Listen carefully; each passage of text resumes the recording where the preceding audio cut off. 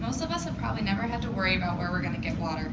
We have water fountains and bathrooms in every building, sinks and showers in our mods, and the cafeteria always has water for us to drink. Last year, I volunteered with my English class to learn about and put together clean water kits. I was made aware of how much of a problem finding clean water is and why it's so important. I would like to elaborate on the seriousness of the issue of clean water, explain water scarcity's harmful effects, and propose one possible solution to this problem. According to water.org, 750 million people lack access to clean water. That's almost 2.5 times the U.S. population. This is a map from Business Insider, and the red and the pink areas show scarcity and absolute scarcity, and the orange and the yellow areas show places that are at risk for scarcity. So you can see that this is a widespread problem and not just in one small area. So what does this mean for the people? It means walking long distances daily. According to waterfortheages.org, 6 kilometers or 3.7 miles is the average distance that people walk for water.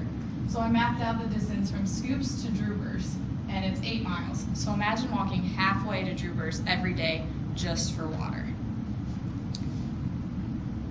The second impact is location.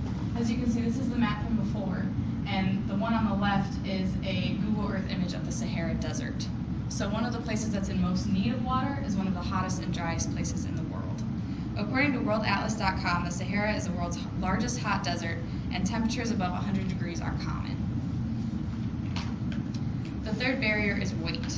Women and children usually carry about 20 liters of water on their heads, according to waterfortheages.org. So we're used to seeing 2 liters. So imagine a bucket on top of your head with the amount of liquid of 22 liters and walking that distance. So imagine walking 4 miles a day in 100 degrees with 10 2 liters balanced on your head. I know I couldn't do it, and I don't know how other people do it. So what are the consequences of not having water? According to livehealthy.cron.com, the first step is dehydration, which is extreme thirst, lack of sweating, rapid heartbeat, sunken eyes, extremely dry mouth, and little urination. The next step is heat exhaustion, which is when heat is trapped in your body because you can't sweat because you don't have enough water, and your body temperature continues to rise, which can lead to heat stroke, which can lead to coma, heart attack, or stroke. You can also have seizures because your electrolyte levels are off when you don't drink enough water, and you can have involuntary muscle contractions and loss of consciousness. And then finally, hypervolemic shock, which is when your blood is made up so much of water that when you don't get enough water, your blood vessels shrink and your heart can't get oxygen where it needs, and this can be life-threatening. So even all of this effort to get water, a lot of times it is unclean. According to UNICEF, unclean water causes exposure to bacteria and microorganisms that cause illnesses. Diarrhea, which doesn't seem like a big issue to us here, causes people to lose water, and when you don't have enough water in the first place, that loss of water can lead to dehydration and sometimes even death. According to water.org, 1.8 million people die every year from diarrhea, and over 90% of them are children under 5. Every minute, a child dies of a water-related disease.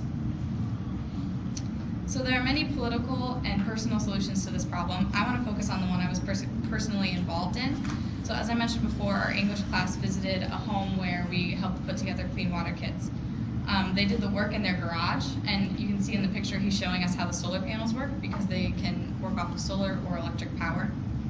So the kits are small, they're about the size of a suitcase, and the water goes in and is first put through a filter to get all the big chunks of debris out, and then it is put through a hose that's next to a UV light that kills all the microorganisms and bacteria that cause these kinds of sickness.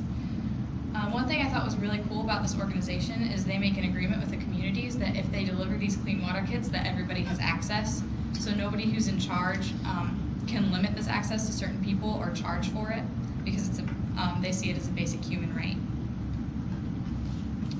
So obviously water scarcity is a huge issue in many countries and areas around the world. Although the issue is complicated and widespread, it's not hopeless.